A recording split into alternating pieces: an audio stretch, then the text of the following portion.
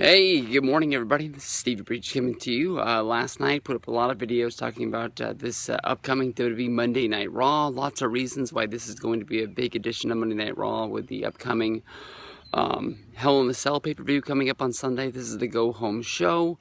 There's lots of reasons why Monday Night Raw is more than likely going to pull another low rating, even though they're stacking the deck with lots of legends, Undertaker and Brock Lesnar, Stone Cold Steve Austin, maybe making an appearance. Maybe that would be something to sort of boost the morale of wrestling fans. Shawn Michaels and Ric Flair are going to make an appearance, but with the election in Canada, as well as the big Blue Jays versus Royals game tonight, it seems that Canada won't be flipping over and watching Monday Night Raw at all tonight. Plus, you have the big Eagles versus Giants game going on Monday Night Football. You know, they have some stiff competition that's going to be going on out there. But I didn't really put this together, but last night listening to the Wrestling Observer Radio, they were talking about the fact that Tyler Breeze is ready to go, and he will be debuting in WWE on the main roster sooner than later. Tyler Breeze, of course, blowing through NXT. He hasn't won a lot of his matches lately, but when you think about Tyler Breeze, you know that this guy is going to be a big deal, and hopefully they can bring him in and have a big impact right off the bat. And when you think about big impact, you got to think about the fact that John Cena is going to be leaving. He's going to be going to film a reality show. He's going to be taking about 7 or 8 weeks off from wrestling. He's not going to be involved with anything after Hell in the Cell. He's not going to be on Monday Night Raw in San Diego, and he's not going to be around until about the TLC pay-per-view in December. So since this news broke, we've been trying to think of what is going to be the big deal to make John Cena leave. They're just not going to have John Cena walk away from television with the United States Championship.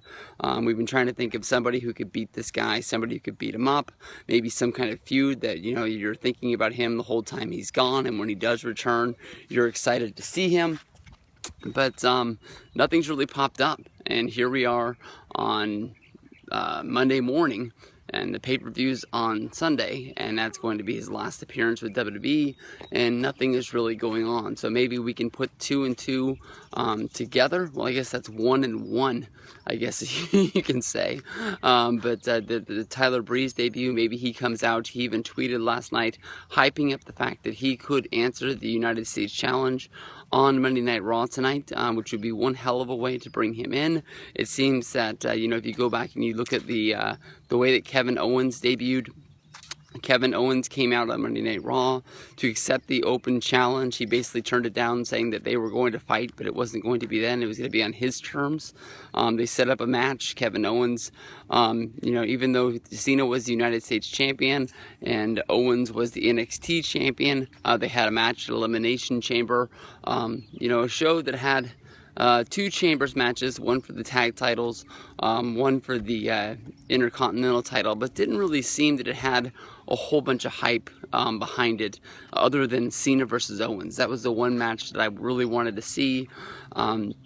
You know, it worked. It got Kevin Owens over. I think that Kevin Owens was going to get over from anybody who watched him in Ring of Honor or any other various indies. Anybody who watched NXT, seeing the way that he came in and just really took over. And he wasn't even there that long. But you know, could this be a springboard for John Cena to be helping out the younger guys? You know, it's sort of like a lot of the, you know, I guess you can say the grizzled old vets. That's something that a lot of the guys, a lot of wrestling fans always, you know, hold against these guys, is once they get to a certain spot and you can tell that their time is fading in the business. You know, they're not putting anybody over. They're not trying to make sure that, you know, wrestling is going to be strong from here on out. Everybody's trying to hold on to their spot and not really, you know, let up at all. You know, Tyler Breeze is a guy that honestly could go either way. I think that he's going to be a star. I like the way he wrestles. I like his character. I like his promos.